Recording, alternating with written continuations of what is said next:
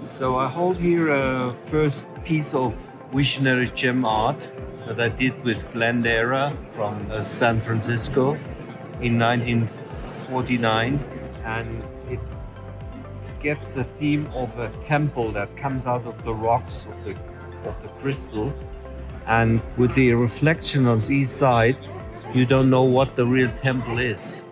Is it illusion? Is it delusion?